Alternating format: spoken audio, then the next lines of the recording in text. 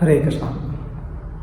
பகவத்கீதையில் கிருஷ்ணர் 10வது அத்தியாயத்தில் விபூதி யோகம், அதாவது தன்னுடைய ஐஸ்வர்யத்தை பற்றி அவர் விளக்கிறார். இந்த சிருஷ்டியில் இருக்கக்கூடிய அனைத்து சிறப்பு அம்சங்களையும் கொண்ட அனைத்து வஸ்துக்களையும் தன்னுடைய ஐஸ்வர்யத்தின் ஒரு சின்ன ஒரு பகுதி அப்படின்னு சொல்லி கிருஷ்ணர் அப்படி இந்த சிருஷ்டியில் இருக்கக்கூடிய பல வஸ்துக்களில் எக்ஸாம்பிளுக்கு சில விஷயங்களை மட்டும் எடுத்து நமக்கு காமிச்சார். அதில் பல வஸ்துக்கள் எப்படி அவருடைய ஒரு ஐஸ்வர்யத்தின் ஒரு சின்ன ஒரு அம்சமாக இருக்குது அப்படிங்கிறத சொல்கிறப்போ அதில் அஸ்வத்த மரம், அதாவது அரச மரம், எப்படி மரங்களில் நான் ஒரு அரச மரமாக இருக்கிறேன் அப்படின்னு சொல்லி கிருஷ்ணர் சொல்கிறார். ஸோ ஏன் கிருஷ்ணர் அரச மரத்தை குறிப்பிட்டு சொல்கிறாரு? அந்த அரச மரத்திற்கு என்ன அந்த மாதிரியான ஒரு சிறப்பு இருக்குது? அது மட்டும் இல்லாமல் அரச மரத்தினுடைய ஒரு வழிபாடு நம்மளுடைய சனாதன தர்மத்தில் இருக்கிறத நம்ம பார்க்குறோம். பல மரங்களை வழிபாடு செய்கிறாங்க. சிலர் அதை ரொம்ப ஒரு மூடத்தனமாக நினச்சிக்கிறாங்க, என்ன மரங்களை இவங்க பூஜை பண்ணுறாங்களே அப்படின்னு சொல்லி. ஆனால் ஒவ்வொரு மரங்களும் ஒரு தெய்வ அம்சம் கொண்டது அப்படிங்கிறத நமக்கு நம்முடைய ஆச்சாரியர்கள் சாஸ்திரங்கள்லேருந்து எடுத்து காமிச்சிருக்கிறாங்க.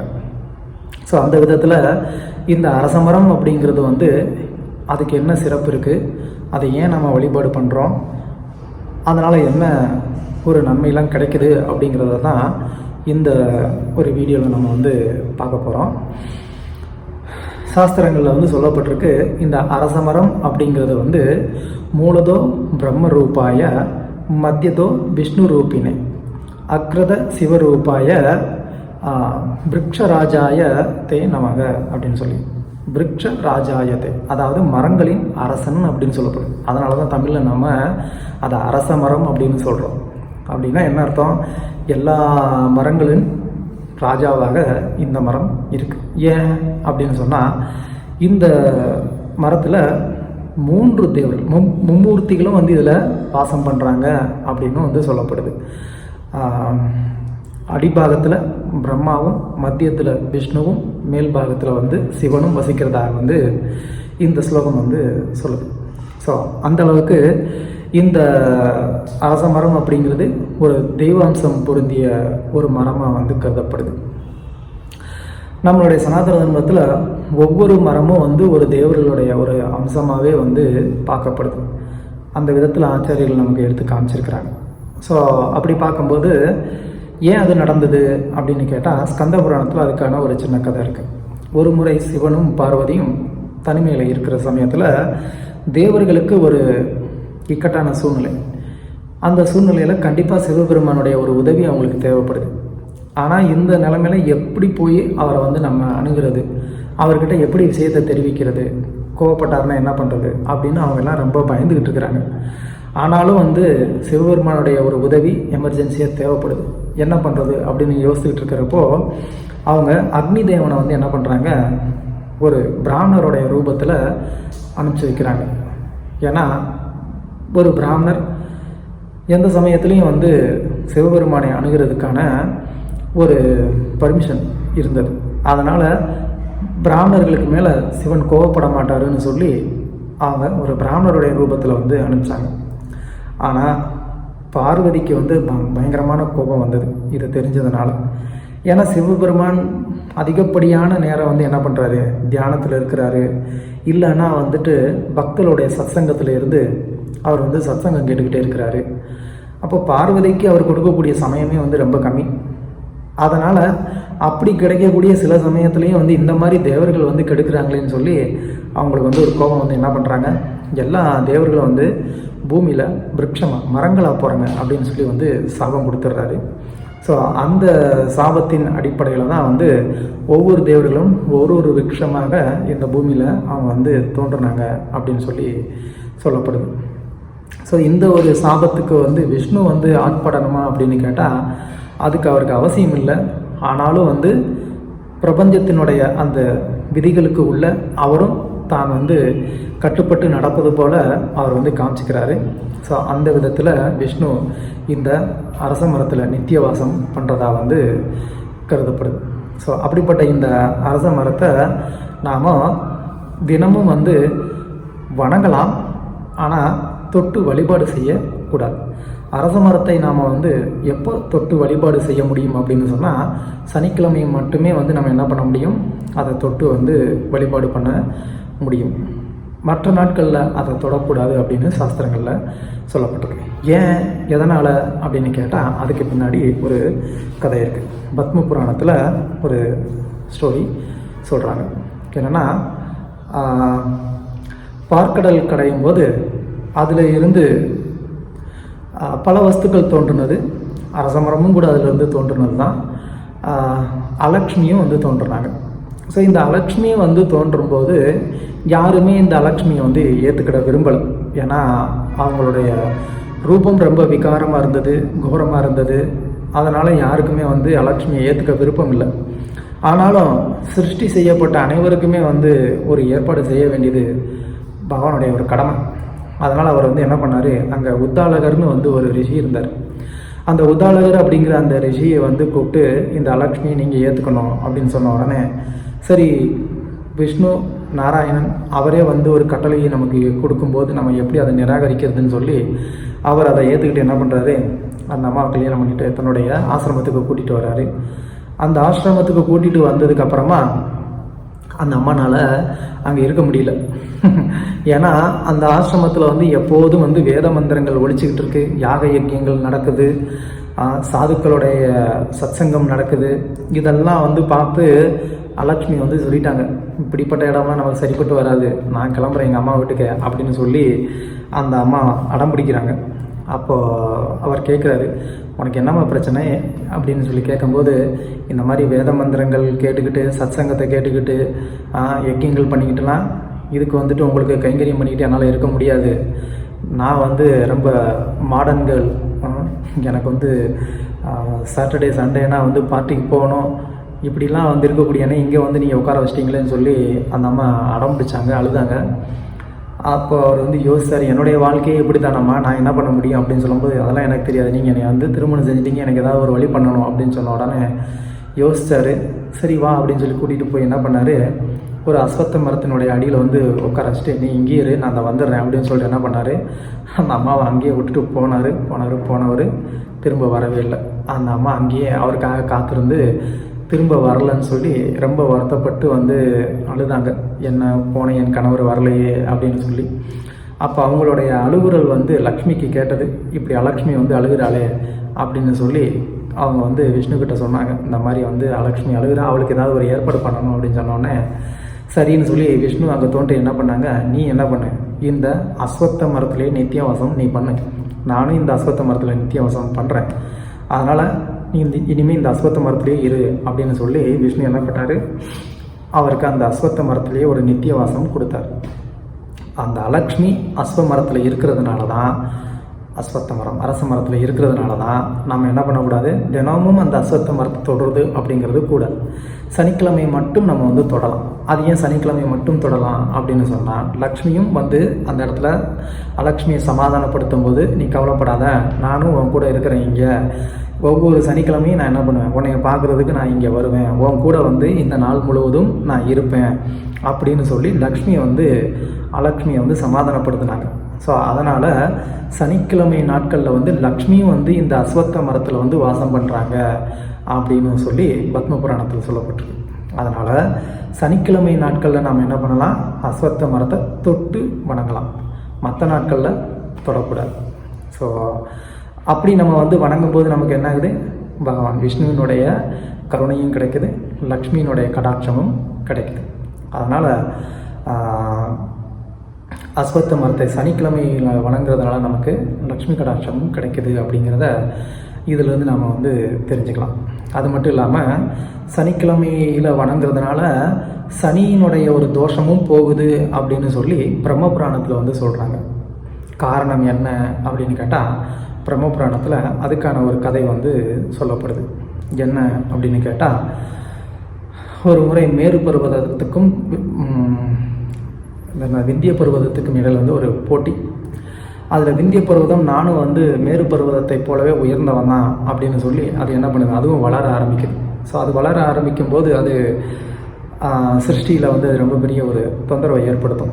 அதனால் அதை எப்படி தடுக்கிறதுன்னு சொல்லி எல்லோரும் யோசிச்சுட்டு இருக்கும்போது அகஸ்தியர்கிட்ட வந்து நீங்கள் தான் இதை சரி பண்ண முடியும்னு சொன்ன உடனே சரி அப்படின்னு சொல்லி அகஸ்தியர் என்ன பண்ணுறாரு, அந்த பக்கமாக அதை தாண்டி போகணும்னு சொல்லி வர்றாரு. அப்போ அகஸ்தியர் வர்றதை பார்த்து அந்த விந்திய பருவதம் என்ன பண்ணுது, அவருக்கு மரியாதை கொடுத்து தலை வணங்கி அது வந்து அவருக்கு மரியாதை செலுத்துது. அப்போ அகஸ்தியர் வந்து சொன்னார், நான் இந்த மாதிரி ஒரு எமர்ஜென்சியாக ஒரு வேலையை நான் போகிறேன், போயிட்டு நான் வந்து திரும்ப நான் வர்ற வரைக்கும் நீ கொஞ்சம் இப்படி இரு அப்படின்னு சொல்லிட்டு போயிடுறாரு.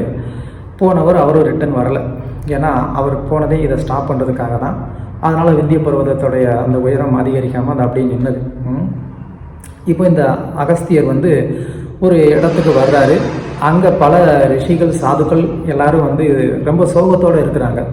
ஏன் ரிஷிகள் சாதுக்கள் நீங்கள்லாம் வந்து ரொம்ப சோகமாக இருக்கிறீங்க அப்படின்னு சொல்லி கேட்கும்போது அப்போ அவங்கெல்லாம் சொல்கிறாங்க, இங்கே 2 அசுரர்கள் இருக்கிறாங்க. அஸ்வத்தா அசுரன், பிப்பலா அசுரன் சொல்லிட்டு 2 அசுரர்கள் இருக்கிறாங்க. இந்த அசுரர்கள் வந்து என்ன பண்ணுறாங்க, இங்கே இருக்கக்கூடிய சாதுக்கள் எல்லாம் வந்து அவங்க தொந்தரவு பண்ணுறாங்க, அடித்து சாப்பிட்றாங்க அப்படின்னு சொல்லி அவங்கெல்லாம் சொன்னாங்க. இந்த அஸ்வத்தாசுரன் அப்படிங்கிறவன் வந்து என்னென்னா, அவன் பார்க்குறதுக்கு வந்து ஒரு அதாவது அரச மரத்தோடைய ரூபத்தில் இருப்பான். பார்க்குறதுக்கு மரம் மாதிரி இருக்கும், ஆனால் அசுரன். ஸோ யாரெல்லாம் வந்து சாதுக்கள் இந்த அரச மரத்தை வழிபாடு பண்ணுறது அவங்களுடைய ஒரு வழக்கம். அதெல்லாம் என்ன பண்ணுவாங்க, அந்த அரச மரத்தை வந்து பிரதட்சணை பண்ண வருவாங்க. அப்படி பிரதட்சணை பண்ண வரக்கூடிய சமயத்தில் இந்த அசுரன் என்ன பண்ணிடுறான், அவங்கள சாப்பிட்றான். பிப்பலாசுரன்கிறவன் என்ன பண்ணுறான், அவன் வந்து அந்த மரத்தடியிலேயே வந்து ஒரு பிராமணருடைய ரூபத்தில் உட்காந்துக்கிட்டு வேதம் கற்றுக் கொடுக்குறேன் அப்படின்னு சொல்லி என்ன பண்ணுறான், அங்கே உட்காந்துக்கிறான். அங்கே அந்த வேதம் படிக்கிறதுக்காக யாராவது விருப்பப்பட்டு வந்தாங்க அப்படின்னா அவங்களுக்கு வேதம் கற்றுக் கொடுக்குறேன்னு சொல்லி என்ன பண்ணிடுறான், இவன் அவங்கள சாப்பிட்றான். இப்படி வந்து இந்த 2 பேரும் ரொம்ப வந்து தொந்தரவு பண்ணுறாங்க அப்படின்னு சொல்லி அகஸ்தியர்கிட்ட வந்து சொல்கிறாங்க. அப்போ அகஸ்தியர் இவனுக்கு வந்து எப்படி நம்ம வந்து ஒரு முடிவு கட்டுறது அப்படின்னு சொல்லி அகஸ்தியர் வந்து யோசனை பண்ணுறாரு. அந்த சமயத்தில் அங்கே பக்கத்தில் ஒரு இடத்துல வந்து சனீஸ்வரனும் வந்து என்ன பண்ணுறாரு, தவம் பண்ணிக்கிட்டு இருக்கிறார்.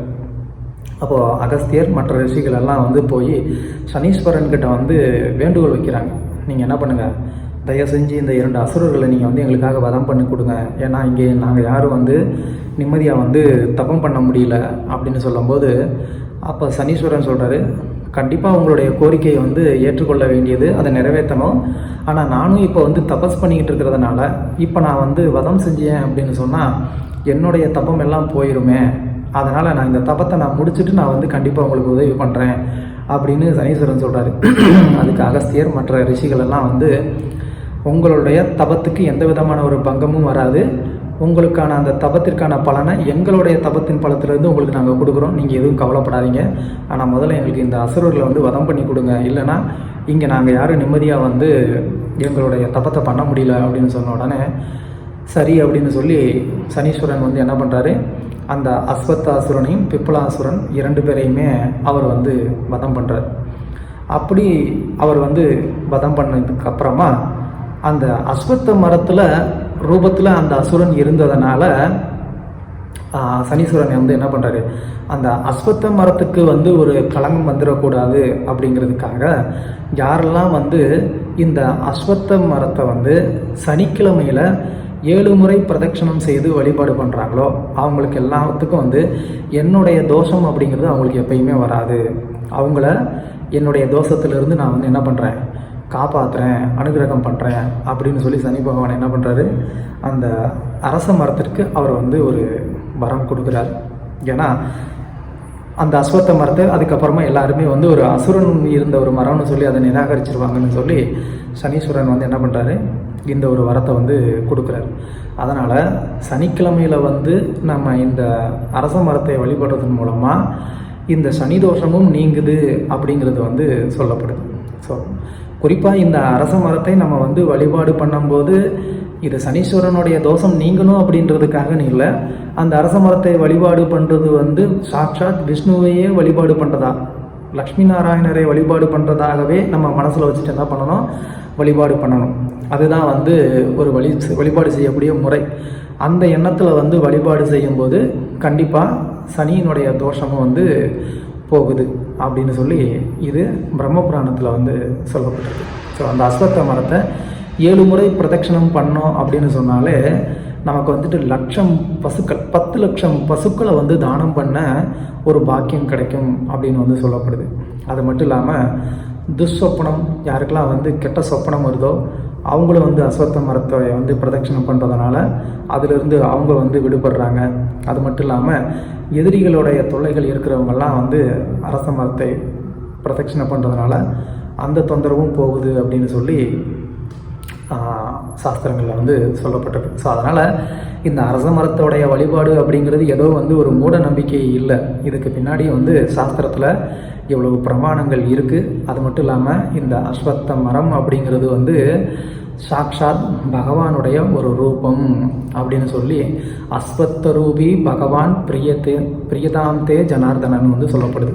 ஸோ அதனால் இந்த அஸ்வத்த மரத்தினுடைய ஒரு வழிபாடு அப்படிங்கிறது ஏதோ ஒரு மூட பழக்கமோ இல்லைனா வந்து ஒரு தேவர்களுடைய ஒரு வழிபாடு பண்ணுற மாதிரியோ கிடையாது. இது விஷ்ணுவை வழிபாடு பண்ணுறதாகவே அர்த்தம் அப்படிங்கிறத நாம் வந்து தெரிஞ்சுக்கணும். அது மட்டும் இல்லாமல் இந்த அஸ்வத்த மரத்தை பிரதட்சணம் பண்ணும்போது வந்து ஒரு மந்திரத்தை நம்ம சொல்லி பிரதட்சணம் பண்ணால் இன்னும் சிறந்ததுன்னு புராணங்களில் சொல்லப்பட்டிருக்கு. அது என்ன மந்திரம் அப்படின்னு சொன்னால், சக்ஷுஸ்பந்தம் புஜஸ்பந்தம் ததா துஸ்வப்னம் தர்சனம் சத்ருணாம் சமுத்தானாம் அஸ்வத்த சமயமாஸ்துமே அஸ்வத்தரூபி பகவான் பிரியதாமே ஜனார்தனா துவாம் திருஷ்ட்வா நஷ்யதே பாவம் திருஷ்ட்வா லக்ஷ்மி பிரவர்த்ததே பிரதக்ஷ்ணே பவேதாயுகு சதா அஸ்வத்த நமோஸ்துதே. ரொம்ப அற்புதமான ஒரு ஸ்லோகம் வந்து சொல்லியிருக்கிறாங்க. இந்த அஸ்வத்த மரம் அப்படிங்கிறது வந்து பகவானுக்கு பிரியமானது. பிரியதாமே ஜனார்தனா அஸ்வத்த ரூபி பகவான். அஸ்வத்தம் அப்படிங்கிறது பகவானுடைய ஒரு ரூபம். இந்த அஸ்வத்தை வந்து நம்ம பார்த்தோம் அப்படின்னு சொன்னாலே என்ன ஆகுது, நஷ்யத்தே பாவம் திருஷ்டுவா நஷ்யத்தே பாவம், நம்மளுடைய பாவமெல்லாம் போகுது. திருஷ்டுவா லக்ஷ்மி பிரவர்த்தது. இந்த அஸ்வத்தத்தை பார்க்கறதுனாலே நமக்கு என்ன ஆகுது, நமஸ்காரம் பண்ணுறதுனாலே என்ன ஆகுது, லக்ஷ்மி பிரவர்த்தது. லக்ஷ்மியோடைய கடாட்சம் நமக்கு கிடைக்குது, அதிகரிக்குது. பிரதக்ஷிணே பவேத் ஆயுகு சதா அஸ்வத்த நமஸ்துதே. அதை வந்து எப்போது நமஸ்காரம் பண்ணி பிரதட்சணம் பண்ணுறதுனால ஒருத்தருக்கு என்ன ஆகுது, ஆயுள் ஆரோக்கியம் இது எல்லாமே வந்து அதிகரிக்குது அப்படின்னு வந்து சொல்லப்படுது. ஸோ இந்த அளவுக்கு இந்த அஸ்வத்தினுடைய ஒரு மகிமை வந்து இருக்குது. ஏன்னா இது சாட்சாத் பகவானுடைய விஷ்ணுவினுடைய ஒரு ரூபம் அப்படிங்கிறதுனால. அதனால தான் வந்து பகவத்கீதையில் கிருஷ்ணர் வந்து நான் மரங்களில் வந்து அரச மரமாக நான் இருக்கிறேன் அப்படின்னு வந்து சொல்லியிருக்கிறார்.